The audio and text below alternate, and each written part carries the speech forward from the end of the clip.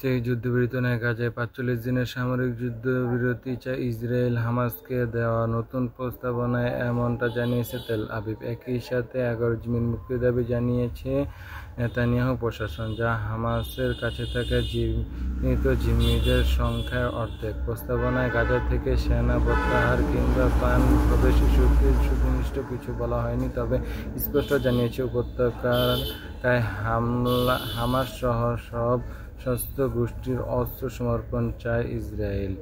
এছাড়াও স্বাধীনতাকামী নেতাদের গাজা থেকে সরিয়ে নেওয়ার দাবিও জানিয়েছে ইসরায়েলের দেওয়া নতুন প্রস্তাব।